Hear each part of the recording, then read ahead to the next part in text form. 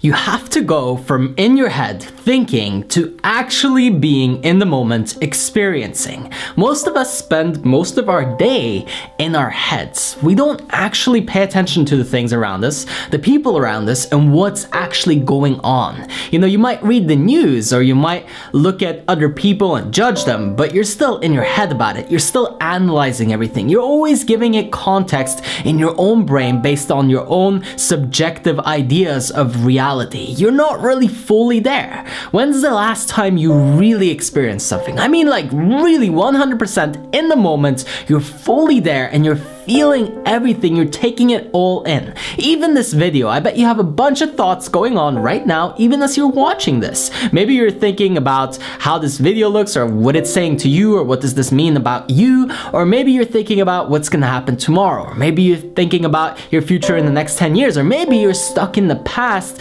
thinking about what happened yesterday and how much it hurts you and how bad somebody treated you or something along those lines.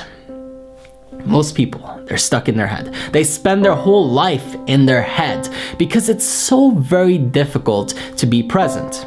Or is it? It's not really that difficult. All you have to do is let go of your thoughts. You have to get out of your head and into the present moment.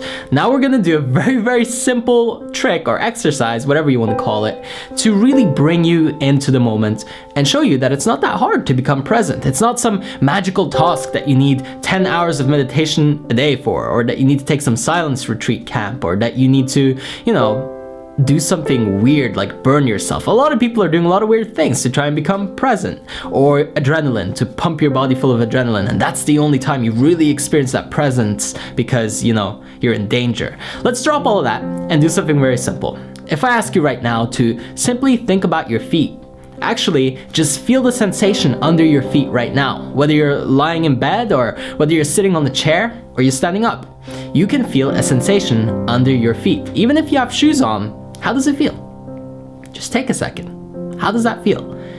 And there's a sensation there all the time. There's always a feeling there. You just never notice it.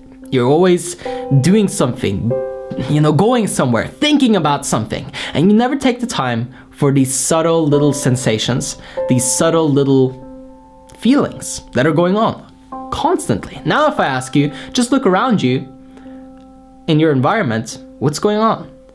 You ever notice that that wall is green or white or black or whatever it is?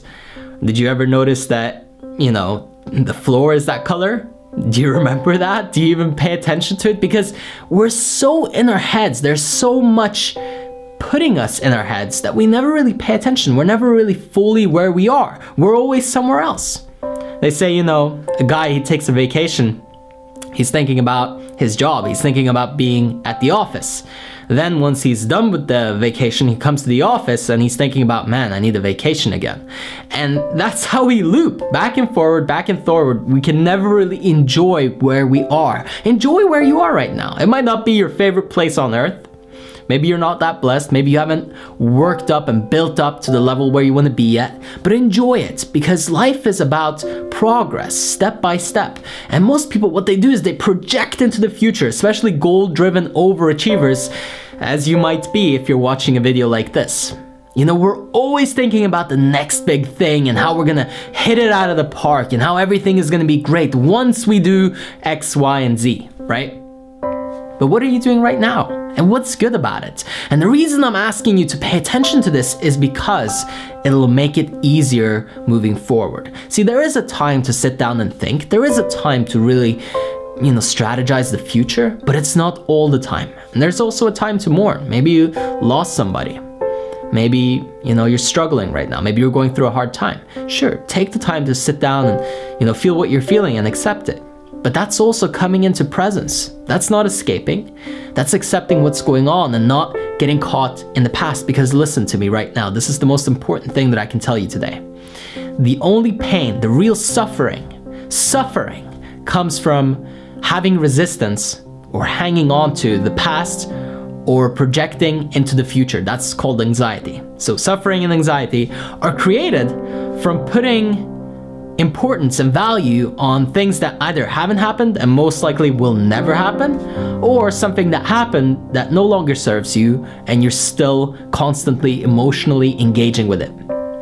I've known people that I've worked with people that have hung on to the same experience for 25 years, 50 years of their life, spent thinking about this thing that happened when they were, 20 or when they were 10 or when they were 5, and it's still there. And the only reason it keeps hurting you is because you're engaging with it emotionally. You're resisting it. You're giving it power by fighting against it. That is the only thing that's stopping you from being a better person, living a better life, enjoying the things that you so badly want to enjoy, that you're always thinking about enjoying, but you never end up enjoying. And the same goes for the future. It's that projection, that anxiety that you build up in yourself. Notice that it's not the environment hurting you or those experiences that people were so bad to you and they're evil. It's you continuing to hurt you, maybe after somebody else did. But you're the one who's perpetuating the loop and continuing the experience each and every day of your life. You make a choice to concentrate on this, to focus on it, to give it power over you. And I want you to end it.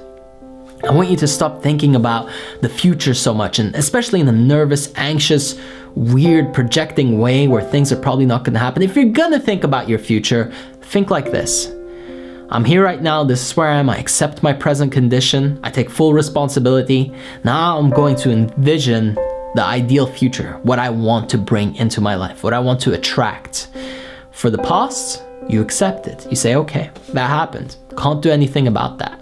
I am where I am right now. I'm not going to let this continue to influence my decisions, my current experience. You don't have to keep feeling pain over it. You can be here right now simply by feeling the sensation under your feet or looking around the room and saying, wow, look at that blanket, look at that carpet, look at that lamp, look at this video. What's going on? Look, it's pretty crazy. Life is a miracle and we take it for granted every single day. We don't pay attention. We just stay stuck in here thinking. When are you gonna stop?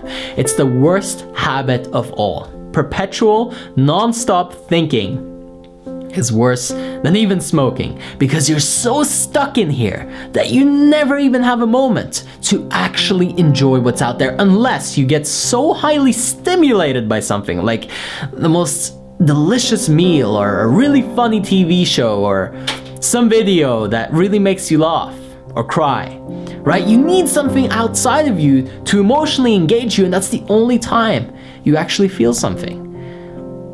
If you've ever lost somebody or gone through a breakup, you know what it feels like to be drawn back into presence because it forces you to feel what you're feeling. And if you resist it, it builds up more resistance and you start feeling worse. So you're forced to accept it. Some people, they, resent it and they just shove it down and then they keep experiencing that for the rest of their lives.